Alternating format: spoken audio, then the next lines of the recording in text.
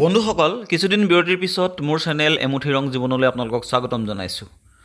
আজি মই উপস্থিত আছোঁ আমগুৰিৰ জাপিখজীয়া অঞ্চলত থকা বৃহৎ সৌৰশক্তি প্ৰকল্পত। আপোনালোকে জানে যে আমগুৰিত এটা বৃহৎ সৌৰশক্তি প্ৰকল্প নিৰ্মাণ কৰা হৈছে।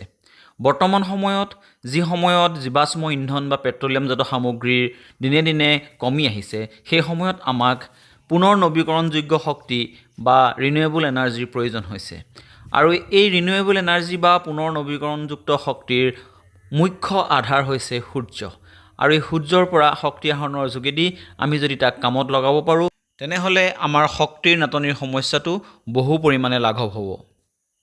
আপোনালোকে জানি সুখী হ'ব যে আমগুৰিৰ এই যিটো ছ'লাৰ প্ৰজেক্ট, এই প্ৰজেক্টটো হ'ল অসমৰ প্ৰথম ছ'লাৰ পাৰ্ক বা সৌৰ শক্তিৰ উদ্যান।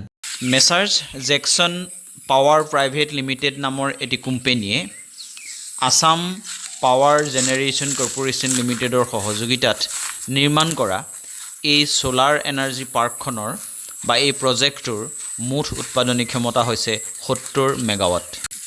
আৰু লগতে 300 একৰ ভূমি জুৰি থকা এই বৃহৎ প্ৰকল্পটো বৰ্তমান সময়লৈকে অসমৰ সৰ্ববৃহৎ সৌৰশক্তি প্ৰকল্প।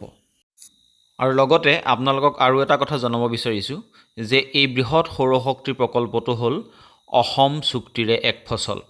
প্ৰায় 300 কোটি টকা ব্যয় সাপেক্ষ এই বৃহৎ সৌৰশক্তি প্ৰকল্পটোৰ যি উৎপাদিত বিদ্যুৎ, সেই উৎপাদিত বিদ্যুৎ ইয়াৰ নিৰ্মাণ কোম্পানী জেকচন পাৱাৰ প্ৰাইভেট লিমিটেডৰ পৰা APDCL অৰ্থাৎ আছাম পাৱাৰ ডিষ্ট্ৰিবিউশ্যন কৰ্প'ৰেশ্যন লিমিটেডে এক চুক্তি মৰ্মে ক্ৰয় কৰিব আৰু তেওঁলোকে এই শক্তি বিতৰণ কৰিব। এই সৌৰশক্তি প্ৰকল্পটোৰ মুঠ উৎপাদনী ক্ষমতা 70 মেগাৱাট যদিও বৰ্তমান অৱস্থাত ই 50 মেগাৱাটহে উৎপাদন কৰিব পাৰিব আৰু কিছুদিনৰ পিছত ই পৰৱৰ্তী 20 মেগাৱাট উৎপাদন কৰিবলৈ সক্ষম হ'ব।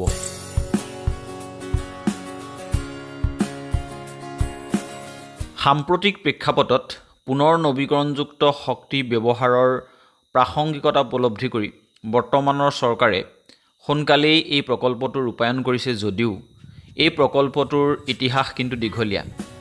1990 চনতেই প্ৰথম এই স্থানত এটি গেছ ভিত্তিক বিদ্যুৎ প্ৰকল্পৰ আধাৰশিলা স্থাপন কৰিছিল তেতিয়াৰ মুখ্যমন্ত্ৰী প্ৰফুল্ল কুমাৰ মহন্তই। কিন্তু পৰৱৰ্তী পৰ্যায়ত এই প্ৰকল্প হৈ নুঠিল।